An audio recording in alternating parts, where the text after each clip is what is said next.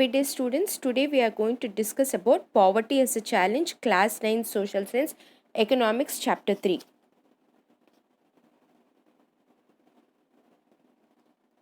In this chapter deals with one of the most difficult challenges faced by the independent India, poverty. In our daily life, we come across many people whom we think are poor. They could be landless laborers in villages, they could be daily wage laborers at construction site, or child workers who work in small hotels which we call dhabas. They could also be beggars who carry children in their arms and beg on the streets. Now, if we get to define poverty, usually the levels of income and consumption are used to define poverty. In India, poverty can be defined as the lack of common things like food, clothing, and shelter, safe drinking water, medical care, and education, which determines the quality of life. Poverty has both dimensions, economic and social. Poverty is looked through other social indicators like illiteracy level, that means how many people are educated and not educated, lack of access to health care, lack of job opportunities, etc.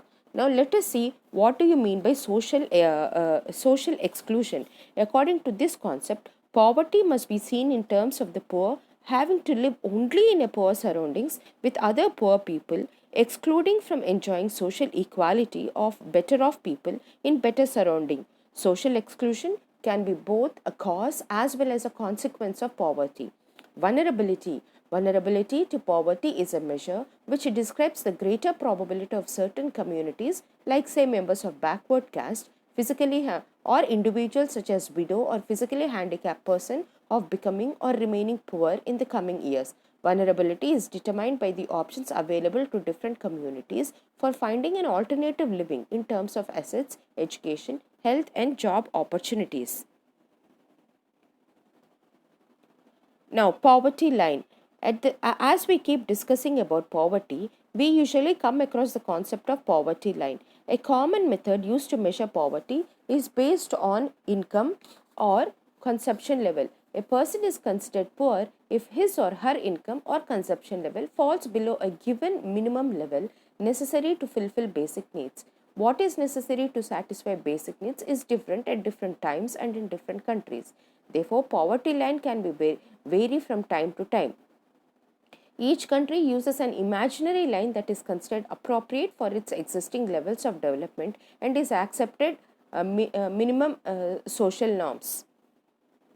The poverty line is estimated periodically by conducting sample surveys by National Sample Survey Organization NSSO.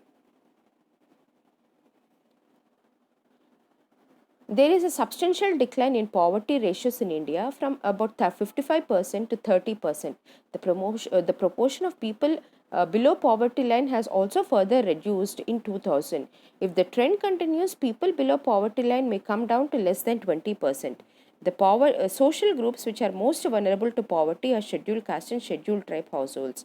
Among the economic group, the most vulnerable groups are the rural agricultural labor households and the urban casual labor households.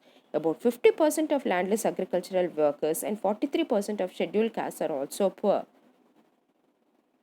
There is an inequality of income within a family also. In poor families, old people, women, and female children are denied equal access to families' available resources. They are the poorest of the poor. The proportion of poor people is not same in every state. In 20 states and union territories, the poverty ratio is less than the national average. Orissa and Bihar are the poorest states of India with poverty ratio of 47% and 43% respectively. Lowest incidence of poverty is found in Jammu and Kashmir with poverty ratio of 3.5%. There has been substantial decline in global poverty as well. However, it is marked with great regional differences. Poverty has declined more in China and Southeast Asian countries. World Bank has defined poverty as the people earning less than $1.25 per day. The Millennium Development Goals of the United Nations call for reducing the proportion of people below poverty line to half the 1990 level by 2015. Causes of poverty. There are a number of causes for widespread poverty in India. One historical reason is the low level of economic development under the British colonial administration. There are various other reasons as well. rapid growth of population, particularly among the poor, our agricultural sector failing to generate much employment opportunities for the farm laborers. One of the major causes of poverty is the unequal distribution of land and other resources. Social factors are also responsible for poverty. Like people in India, including very poor, spend a lot of money on social occasions like marriages and festivals. Poor people hardly have any savings. They are thus forced to borrow, unable to pay because of poverty. They become victims of indebtedness. Joint family system has prevented people from doing hard work. Various steps have been taken by the government in order to alleviate this program. To reduce the production that has been twofold. One is promotion of economic growth, and the law is targeted poverty alleviation program to see that those who really require get the benefits of this alleviation program.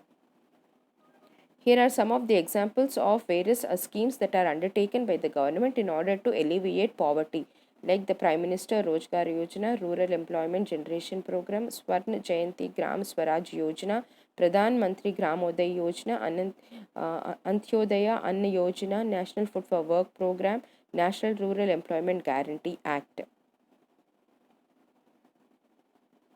Though poverty has declined in India, poverty reduction remains India's most compelling challenges.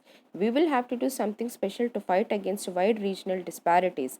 We must broaden the definition of poverty from a minimum subsistence level of living to a reasonable level of living. Bigger challenges before us are providing healthcare, education, and job security for all, and achieving gender equality.